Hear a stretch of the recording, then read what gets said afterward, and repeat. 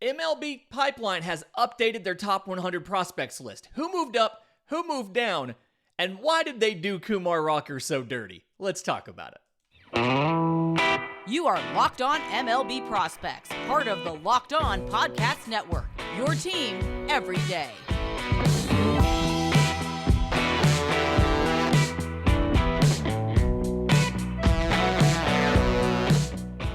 Yes, welcome on in to Locked On MLB Prospects, your home for all things minor league baseball. I'm your host, Lindsay Crosby, freelance baseball writer and podcaster. Thank you for making this your first listen every single day. We're proudly part of the Locked On Podcast Network, where it's your team every day. And everybody is talking about the new MLB Pipeline Top 100 Prospects list. They put it out, obviously, in the offseason. They update it in May. They update it usually around late June, early July. And then they do one after the draft. And so this is the first big movement that we've seen from Pipeline, just like we got Baseball Americas earlier in the week. Looking at the top of the list, little bit of shuffling here, little bit of moving around. Really interesting where guys are on this list versus the Baseball America list.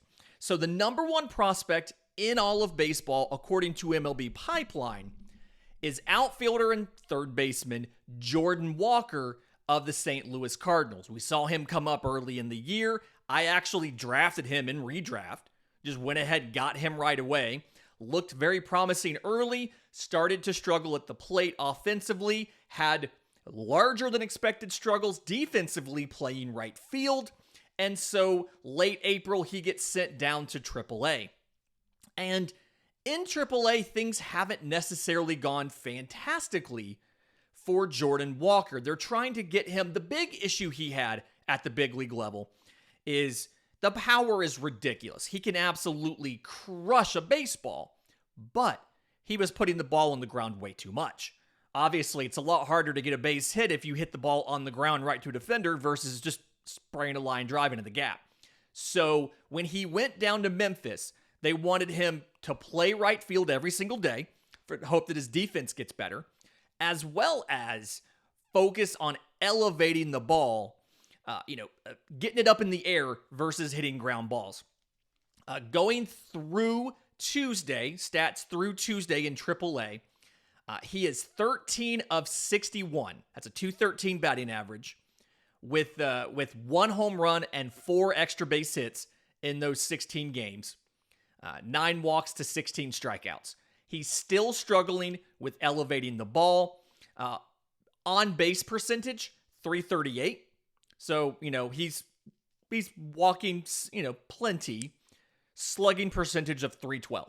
He's very, very much struggling with this swing change.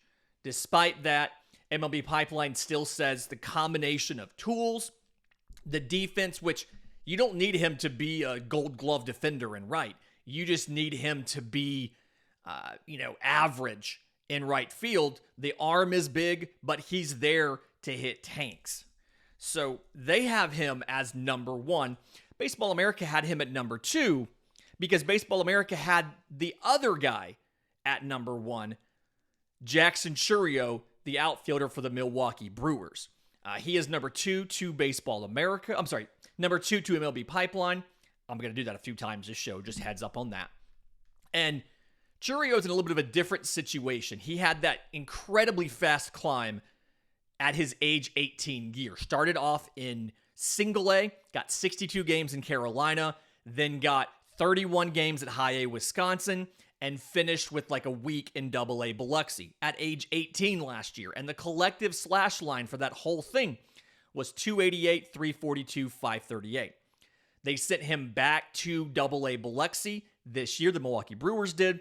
And in those 32 games, age 19 for Jackson Chourio, 273, 315, 424. 5 home runs, 10 extra base hits, 9 walks to 32 strikeouts, 10 for 10 on stolen bases.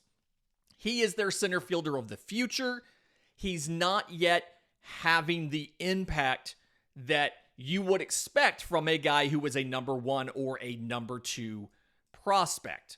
And MLB Pipeline kind of pointed out that fantastic power speed combo. He's only 19 years old. There's no reason to worry about this yet. There's absolutely not. So he is still in their top 2. They have him at number 2 versus number 1, and I think part of that may just be proximity to the bigs.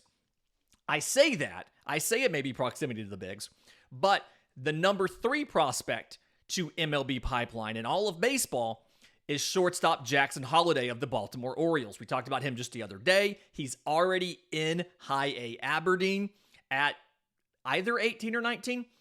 And Tuesday night, the game was shortened. It was called after 5 innings due to rain.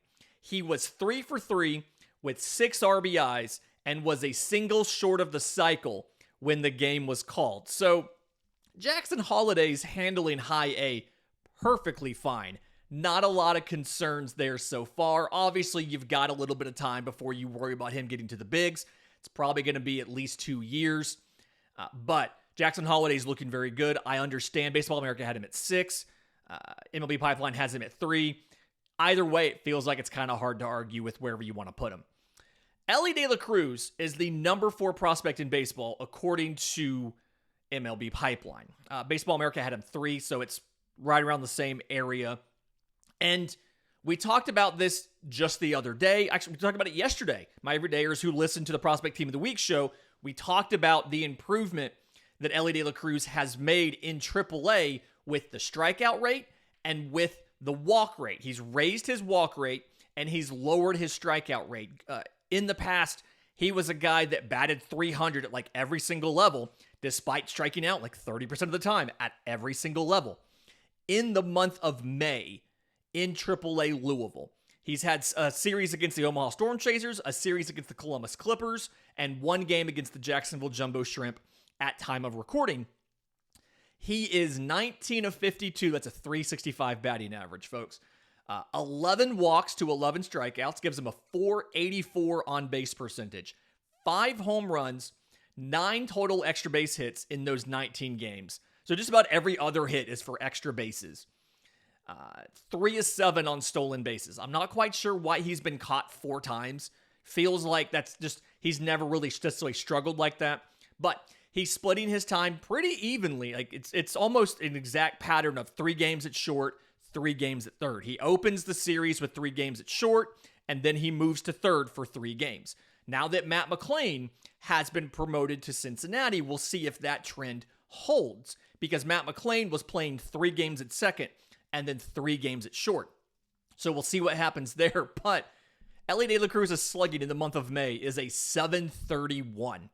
He's finally answering the questions about is he going to adjust the approach before he gets to the bigs, as far as to keep the batting average up but to cut down the strikeouts. He made the adjustment. He's looking better than ever. I did find it really interesting that they moved around some of the pitchers. It's kind of because of injury. I get it. Grayson Rodriguez is now the number 1 pitching prospect in baseball, according to MLB Pipeline. Obviously, he's going to graduate from this list soon. He's at number 6. Yuri Perez is right behind him at number 7, with Andrew Painter at number 12. Andrew Painter obviously been out for a while because of injury, so we're hoping to see him soon. But in the meantime, those other 2 guys, if everything holds, should graduate this year. A guy that we don't talk about enough on this show, and we'll have to find an opportunity to feature him for a longer segment. The number 5 prospect in baseball, according to MLB Pipeline, is Marcelo Meyer of the Boston Red Sox. Find it really interesting. He's doing well. If you look at what he's doing in High A Greenville, and I'll admit, I wasn't an incredibly high believer in Marcelo Meyer as far as, I thought he was good. I don't necessarily think he was a top prospect in baseball. I was worried about the speed, for him being able to stick it short, and about his ability to hit for power. Well, in High A Greenville, 25 games right now, 314, 400, 543, 4 home runs, 15 extra base hits, 14 walks to 28 strikeouts, and 4 of 6 on stolen bases. Marcelo Meyer, definitely a believer. We owe him a longer segment on this show. In just a minute, I want to talk about some of the biggest risers in this system, who took significant jumps, and why. But first, today's episode is brought to you by our new sponsor, Bird Dogs. I mentioned this yesterday, but I work from home, okay? I don't have to wear pants if I don't want to. Now, I do. I do wear pants and shorts and things like that because I want to walk the dog, stuff like that. But like, I have prioritized comfort while working from home. All my shorts used to be like, khakis and things like that. And now I'm at the point of I want the most comfortable option that is still flattering, looks good. That has been Bird Dogs for me. I can wake up in the morning, take a shower, pop on a pair of Bird Dogs, and I feel comfortable to do whatever it may be. It could be walking the dog. It could be running to the store, going out to a restaurant to grab something to eat, going to the golf course, going to a baseball game and sitting in a press box. Like, no matter what I do, I feel comfortable that I look good and I feel good in Bird Dogs. So go to birddogs.com/LockedOnMLB. When you enter promo code LockedOnMLB, they'll throw in a free custom Bird Dogs Yeti style metal tumbler with every single order. The website's great. They've got shorts, they've got pants, they've got joggers. The names are hilarious. So go check it out. Again, birddogs.com/LockedOnMLB. Use promo code LockedOnMLB for a free gift in your order. Again, that's birddogs.com/LockedOnMLB. Okay, looking at biggest risers from MLB Pipeline's Top 100 update. The guy who made the biggest jump on this list from 96 to number 60 is Junior Caminero of the Tampa Bay Rays. We talked about this in a mailbag, I think, last week, and I said, yeah, I'm pretty confident he'll be a top 50 prospect. And the question I got was, will he be top 25? And I said, I don't necessarily know if he will. Well, it looks like I was wrong on that, folks. Junior Caminero is in high A, Bowling Green at age 19, and he is handling the assignment. 28 games so far this season. 372, 427, 735. 9 home runs, 20 extra base hits. 3 of those are triples. 8 walks to 27 strikeouts, 2 of 3 on stolen bases. He's hitting for average. He's hitting for power. We talk about the 3-4-5 slash line. He's dangerously close to a 4.57 slash. Like, it's nuts. 735 slugging is absurd. At this rate, I wouldn't be surprised if you saw him in Double-A by the midpoint of the summer. Give him a chance to go to Montgomery. I think part of the reason that may not have already happened is they're a little nervous about those sticky balls in Double-A, those tacky baseballs, and what it's been doing for the pitchers. And so maybe they're waiting for that experiment to be over to send him back. But either way, Junior Caminero has been fantastic. Our boy Zach Neto, the Los Angeles Angels, their starting shortstop and leadoff hitter now, has moved up 35 spots from 78 to 43. And then 2 Seattle Mariners prospects moved up 25 spots. Shortstop Cole Young went from 95 to 70. And then pitcher Bryce Miller went from 86 to 61. And with the news of Mason Miller's elbow injury, I think he has a UCL strain, which is wild to me. And so they're hoping he can come back this year, but he's getting a lot of rest for it right now. Bryce Miller is the one true Miller right now. There can be only one. But I want to take a second and point out how good the Seattle Mariners pitching development has been. So they already got Logan Gilbert and George Kirby to the bigs. Okay. They're both starters. They're both pitching well.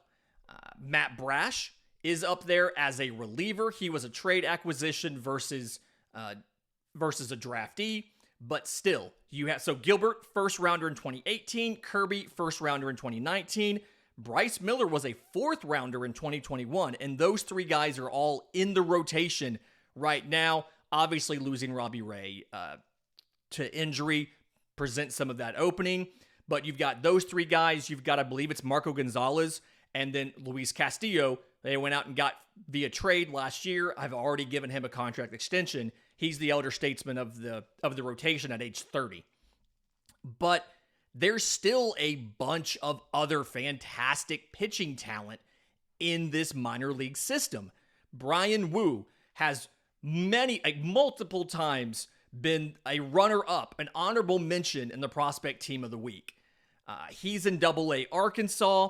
there was a lot of teams that called and asked for him in trade talks. He was, according to GM Jerry DiPoto, who was on Locked On Mariners a while back, great episode, he was the most asked for player in trade negotiations. And he was asked for from those teams that are particularly adept and very good at identifying pitching and developing pitching. So they held on to him. It's something where his profile is a little bit lower as far as the prospect rankings because he didn't really start throwing in pro ball until last June because he had Tommy John surgery. But single A, high A, Arizona Complex League last year, got like 57 total innings, and then it's just absolutely killing it this year. There in Double A along with him, you've got Emerson Hancock. In the bullpen in Double A Arkansas, you've got Prelander Berroa, who I think could possibly end up being your future closer. You've got Isaiah Campbell, who is, to me, a promising guy, probably a ceiling of a setup man, but either way, very promising reliever there. And we don't talk about relievers a lot on this show. Relieving prospects isn't really a thing we get into. And then you've got Taylor Dollard in AAA. So the Seattle Mariners have done a very, very good job, a very underrated job of developing pitchers and getting them to the bigs and them being successful. The Kansas City Royals showed us it's not just good enough to get them to the bigs. You need them to be good. The Seattle Mariners probably deserve to be in the conversation with the Cleveland Guardians, with the Tampa Bay Rays, with the Atlanta Braves, about organizations that can identify, draft, and develop pitching talent with just about any other, at the caliber of any other top organization in baseball. So the Dodgers in there too. The Dodgers have a ton of great arms in that system. Evan Carter jumped up 22 spots from number 33 to number 11, and I think he's number 10 on Baseball America. So right there, consensus is he's in the right spot now. 2020 second rounder out of high school, great evaluation job by the Rangers because lost that season, but they spotted him. They went out and got him. 28 games in Double A this year. 268, 414, 393, 4 home runs, 6 total extra base hits, 26 walks to 29 strikeouts, and 5 of 7 on stolen bases. Plus hit tool, some of the lowest swing and miss in the minors. Doesn't quite have the eye of an Edward Julian, but close as far as being able to draw walks, being able to make good contact. The exit velocity is up this year. That's always been the question for Evan Carter. He plays a pretty good center field. The speed is plus. The question was always going to be, could he maintain that speed and that defensive acumen as he added strength? He has so far been able to do that. He's slumping a little bit in May. He's 6 of 42 right now in May. 5 walks to 14 strikeouts, 2 for 2 on stolen bases.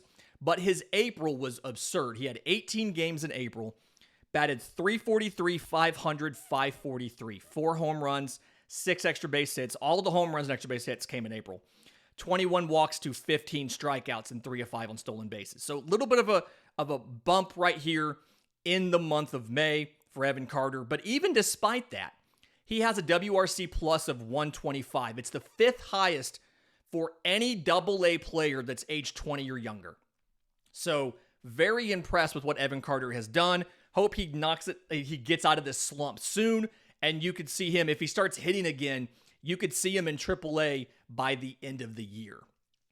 In just a minute, we've got some guys who fell down this list, whether it's because of injury, ineffectiveness, and then Kumar Rocker got done dirty, and we'll explain that next. But first, today's episode is brought to you by our friends at So Rare.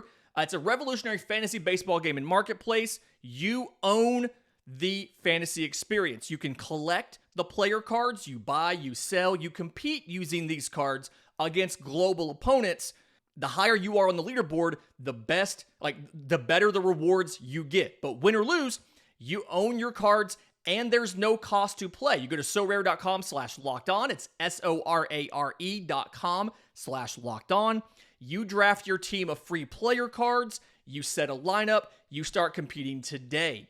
You have to have a 7-player team, a starting pitcher, a reliever, a corner infielder, a middle infielder, an outfielder, an extra hitter, and a flex that can be anybody but Shohei Ohtani. And you get points, positive or negative, based on how they perform. And again, at the end of the game week, you usually get a new card. You can swap in any card once a day for a different card. They give you options. Which position do you want? They give you players that are the same caliber as who you're trading in. And then the better you finish in the contest in that game week, which there's 2 per calendar week, you can get rare cards, you can get game tickets, merchandise, signed jerseys, VIP experiences, tons of fun. I'm really loving SoRare. I'm having a great time with it. I've spent absolutely nothing on it, and I've gotten some pretty cool stuff out of it. So, SoRare.com/lockedon. It's SORARE.com/lockedon to draft your team of free player cards, set your lineup, and start competing today to win epic rewards. Again, SoRare.com/lockedon to start playing today. Okay, wrapping up the MLB Pipeline Top 100 update. Talking about the guys who fell off this list. Real quick for the everydayers, tomorrow's show, we are talking about some of the recent debuts. Matthew Liberatore was called back up to start on Wednesday. We've seen position player prospects, Matt McClain, Casey Schmidt, things like that come up. So we're going to cover those guys on Friday's show. But looking at guys who fell off this list, kind of like we did with the Baseball America list, we can we sort it into different categories. Three of the biggest droppers. 50 spots for Daniel Espino, right-hand pitcher for the Guardians, 31 spots for Cade Cavalli, right-hand pitcher of the Nationals, and 28 spots for outfielder Chase DeLauder of the Guardians. Those 3 are all because of injury. Espino dropped 50 spots, has a shoulder issue, going to be out for, I think, the entire year. Cade Cavalli, I believe that was Tommy John, so obviously out for the entire year and probably a little bit of next year. And then Chase DeLauder, draft pick from last year, has a foot or toe issue, still has not made his major league debut, and he was drafted in July last year. So a couple guys dropped on the list because of that. A couple other guys dropped because of ineffectiveness. 28 spots down for Elijah Green. We covered that in the Baseball America show, but his strikeout rate's over 40%. It just looks really ugly. We knew he was going to struggle like this. We didn't know it would be this bad. And so he's got plenty of time. He'll be able to figure it out, to fix it. He just is going to need some more time. Gavin Cross and Jacob Berry are 2 guys that they singled out here for big drops. Both of them dropped 20 places. Gavin Cross goes from 52 to 72. Jacob Berry goes from 51 to 71. So Gavin Cross, the Kansas City Royals outfielder, 32 games right now. I believe he's in high A. Yeah, 32 games in high A. 197, 268, 362. 3 home runs, 14 extra base hits, 10 walks to 45 strikeouts, and 7 of 7 on stolen bases. So, spent a little bit of time in low A Columbia last year. Strikeout rate was around 25%. You didn't love it. You knew that in college, he didn't get a strikeout rate below like 15 or 20% until the final year before he was drafted. And so you knew it was a little bit of an issue. It's up this year in high A Quad Cities to over 30%. He's been slumping, but if you want to feel better about how Gavin Cross is doing, the last 7 days, he's gone 6 of 20, 5 extra base hits, and he is doing pretty well against lefties. He's not struggling as bad as you'd worry about with lefties versus left-hand hitters, or left-hand pitchers. 32 at-bats, small sample size, but 310, 375, 448. No home runs, but 4 doubles. 2 walks to 9 strikeouts. It's against righties where he's really struggling. 110 at-bats, 163, 236, 337, 36 strikeouts to 8 walks, although he does have 10 extra base hits, including a triple against them. So Gavin Cross struggling a bit there. And then Jacob Berry of the Miami Marlins went from 51 to 71. He's also in high A. He's gotten 23 games. He had a finger injury, so he missed a little bit of time. 175, 192, 320, 2 home runs, 8 total extra base hits in, again, 23 games. 2 walks to 28 strikeouts, 2 for 2 on stolen bases. We knew that his swing was a little long, right? And so we knew that there were going to be some potential issues when he faced quality pitching. I didn't necessarily think it was going to come up in high A Beloit. I thought it would be double A before you'd see him really struggle. He struck out 23 times in 33 games in low-A Jupiter last year. It kind of felt like I kind of expected him to hit pretty well in Beloit and be in Double-A by middle to later part of the year, but he's just struggling with this. To make it worse, his defense at third base is not good. Fielding percentage is under 900. We knew it was always going to be a long shot for him to stick at third, but he looks significantly worse than we thought he was. And so the question becomes, how long can they just let him play third base and be bad? Obviously, you can let him sit there in high A for forever, but it's like, how long is it going to take him to figure this out in high A Beloit at age 22? So, looking a little bit rough. In retrospect, I'm not going to say he wasn't worth the number 6 overall pick. He does have plus power, but maybe it's something where when you don't have really any defensive value either, it makes even more pressure on your bat. Has to work. 5 guys fell off this list completely.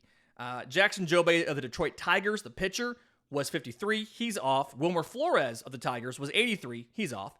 Gordon Graceffo, the pitcher for the St. Louis Cardinals, was 68. He's out.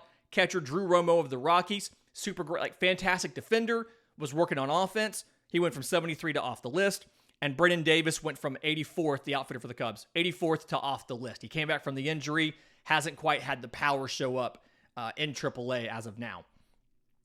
A guy that got done dirty by MLB Pipeline is Kumar Rocker. So you had some, as you have guys graduate, they pop in, they replace people. 4:14 p.m. yesterday, there was a tweet from MLB Pipeline that states that Kumar Rocker is being added, due to graduation, Kumar Rocker is being added to the back end of the top 100 prospect list. Congratulations, Kumar Rocker. At 5:35 p.m., they reply to their own tweet and say that given the news that he has to have Tommy John surgery, he is being removed from the top 100 prospect list. Kumar Rocker gets an hour and 21 minutes as a top 100 prospect. And then they pulled him right back off. And the wild thing to me is the news had already broken from MLB.com's Texas Rangers beat writer. She had already tweeted about it, and I think was writing a story, had written a story already about Kumar Rocker needing Tommy John when they announced on Twitter they were putting him on the list, just to turn around and take him back off an hour and 21 minutes later. Poor Kumar Rocker. Get well soon, buddy. We'll see you in 2025. One more show coming up this week. Reminder, mailbag on Monday. If you have questions for the show, I'm on Twitter at Crosby Baseball. Show's on Twitter at Locked On Farm. You can email us, lockedonmlbprospects@gmail.com, or drop your questions in the Locked On MLB Prospects Discord. Links in the episode description, links in the show notes. Until tomorrow's show, remember, it's always a great time to pay a minor leaguer.